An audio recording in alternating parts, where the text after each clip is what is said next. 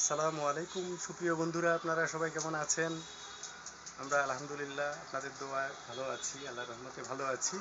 অবশ্যই অবশ্যই দেশে বিদেশে যারা রয়েছেন, মানবাধিকার আন্দোলনের সাথে যারা কাজ করছেন, মানবাধিকার কর্মী, স্বেচ্ছাসেবী মানবাধিকার কর্মী অল ওভার দ্য ওয়ার্ল্ড, আমাদের বাংলাদেশ সহ যারা যে যে অঙ্গনে কাজ করছেন, সবাই আমরা একই পতাকার তলে আছি। অবশ্যই স্যার, প্রত্যেকে আমরা একই বটবৃক্ষের তলে আছি।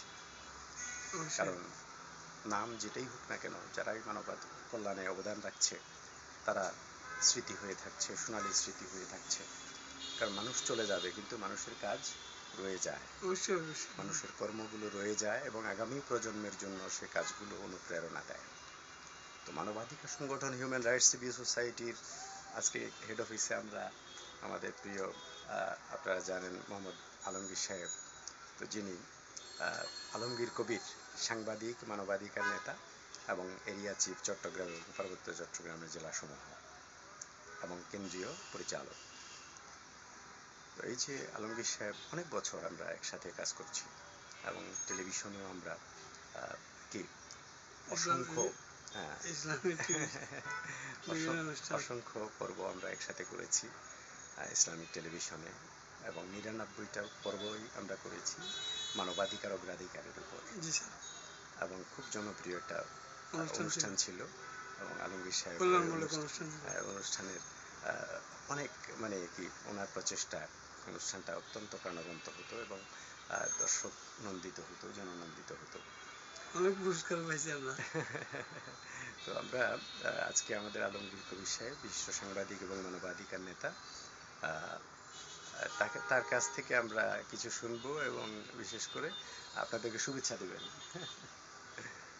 সকলের প্রতি আমার মানবাধিকার সংগঠনের পক্ষ থেকে শুভেচ্ছা অভিনন্দন জানাচ্ছি। আসলে তো এটা একটা ভালো কাজ, মানব কল্যাণমূলক কাজ, অসহায় মানুষকে আইনি সহায়তার কাজ, দুস্থ মানুষকে রক্ষা করার কাজ। অনেক ক্ষেত্রে আমাদের অন্ধ আইন দেশে প্রচলিত আছে, এগুলো থেকে যাতে করে মানুষ সুরক্ষা পায় এবং হয়রানির শিকার থেকে মুক্তি পায় এবং ন্যায্য অধিকার থেকে যেন বঞ্চিত না হয়, সেই হিসেবে আমরা সজাগ আছি এবং প্রতিটা মুহূর্তকে আমরা মিডিয়াতে তুলে ধরছি এবং প্রশাসনের দৃষ্টি আকর্ষণ করছি। প্রশাসনের সহায়তায় আমরা সহযোগিতা করে যাচ্ছি। স্যার অত্যন্ত ত্যাগ স্বীকারের মাধ্যমে এই সংগঠনটাকে টিকিয়ে রাখছে।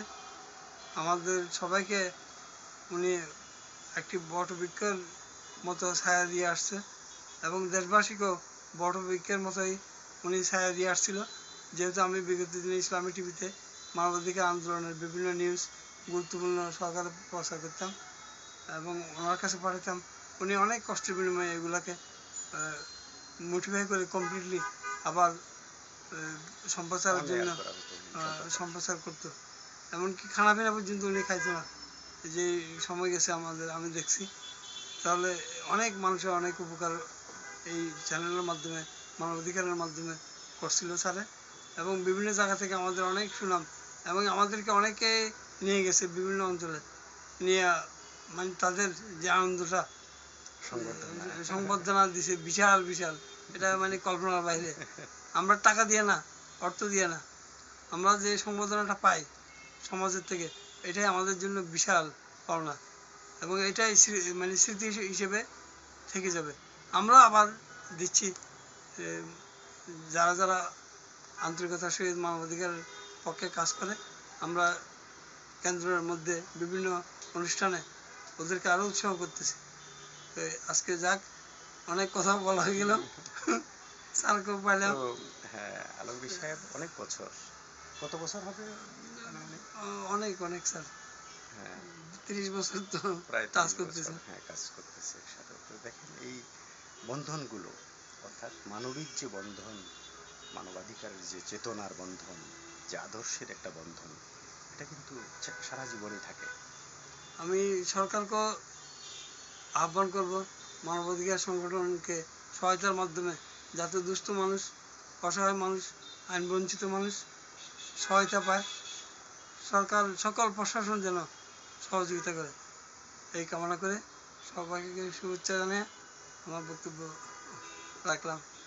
আসসালামু হ্যাঁ। আলাইকুম আসসালামু আলাইকুম। তো আমাদের সেই সাংবাদিক আলমগীর সাহেব, আলমগীর কবির অনেক মানুষের উপকার করেছেন চলার পথে, রিপোর্ট করে সত্যকে তুলে ধরে ক্ষতিগ্রস্তদের আবেদন নিবেদনগুলো সরকারের কাছে, প্রশাসনের কাছে সবসময় তিনি সুন্দরভাবে উপস্থাপন করতেন। আর আমি চেষ্টা করেছি যে আমার জীবনে যে এগিয়ে দিতে, সবাইকে এগিয়ে দিতে, কারণ কাউকে এগিয়ে দিলে নিচে পিছিয়ে থাকে না। এই যে আলমগীর কবির যে কথাগুলো বলল, যে তার মধ্যে বিনয় আছে, কৃতজ্ঞতা বোধ আছে, এজন্য এগিয়ে গেছে আলহামদুলিল্লাহ, এবং একজন সফল ব্যক্তি উনি, তাকে কাউন্ট করে।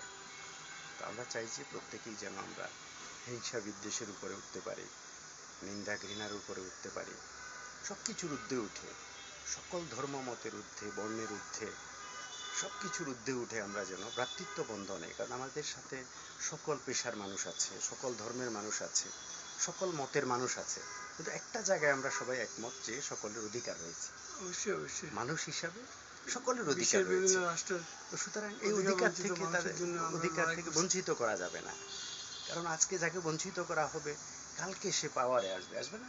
অবশ্যই অবশ্যই আজকে যে বিফল, সে একসময় সফল হবে। তো সুতরাং তার সফলতার সময় তো সে আবার দেখা গেল যে প্রতিশোধ পরায়ণ হবে।